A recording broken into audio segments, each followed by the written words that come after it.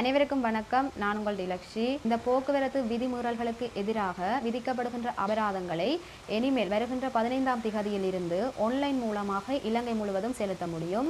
அதாவது நீங்கள் அலுவலகங்களுக்கு சென்று பணத்தினை செலுத்தி நேரத்தை வீண்விரயமாக்காது குறித்த இடத்திலேயே ஆன்லைன் மூலமாக செலுத்த முடியும். நடைமுறையானது வருகின்ற 15ஆம் திகதியிலிருந்தே வருகின்றது. அதாவது போலீசார் மீது சுமத்தப்படுகின்ற இந்த லஞ்ச ஊழல் குற்ற செயற்பாடுகளுக்கு எதிராகத்தான் இந்த நடைமுறையானது கொண்டு வரப்பட்டுள்ளது.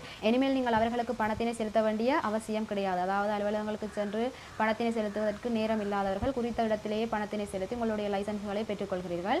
இதனை தடுக்கும் முகமாகவே இந்த நடவடிக்கையானது மேற்கொள்ளப்பட்டுள்ளது. எவ்வாறு இந்த பணத்தினை செலுத்துவதென்றால் இந்த கீழ் காணப்படுகின்ற ஆப் மூலமாக பணத்தினை செலுத்த முடியும். அதாவது எந்த இடத்துல போக்குவரத்து விதிமுறைகளுக்கு எதிராக உங்களுக்கு அபராதம் விதிக்கப்படுகின்றதோ அந்த இடத்திலேயே அந்த பணத்தினை நீங்கள் செலுத்த முடியும்.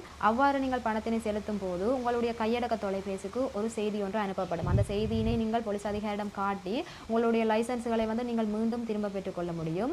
ஆகவே இந்த செயற்பாடானது வருகின்ற 15ஆம் திகதியிலிருந்து நடைமுறைக்கு வருகின்றது. லஞ்சம் கொடுப்பதும் தவறு, லஞ்சம் பெற்றுக்கொள்வதும் தவறு. இந்த செயற்பாடுகளை குறைத்துக் கொள்வதற்காகவே இந்த நடைமுறையானது கொண்டு வரப்பட்டுள்ளது. இருப்பினும் போக்குவரத்து விதிமுறை தொடர்பான சிறிய குற்றங்களுக்கு மாத்திரமே இந்த நடவடிக்கையானது காணப்படுகின்றது. அதாவது நீங்கள் மதுபோதையில் வாகனத்தை செலுத்திவிட்டு அதற்கு அபராதம் இவ்வாறு செலுத்த முடியாது. அதனை உரிய இடத்தில் சென்றே நீங்கள் செலுத்த வேண்டும்.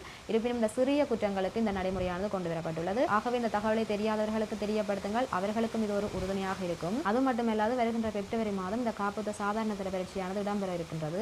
அந்த பரீட்சையை எதிர்கொள்வதற்கு அச்சநிலை காணப்படுவதாக கடிதம் ஒன்று எழுதிவிட்டு 16 வயதினை கொண்ட சிறுமி ஒருவர் இன்றைய தினம் தற்கொலை செய்து கொண்டுள்ளார். இந்த சோக சம்பவம் இன்றைய தினம் இடம்பெற்றிருக்கின்றது. எந்த ஒரு பிரச்சனைக்கும் தற்கொலையானது தீர்வாக அமையாது. நன்றி சொந்தங்களை, மீண்டும் ஒரு காணொளியில் இணைந்து கொள்வோம்.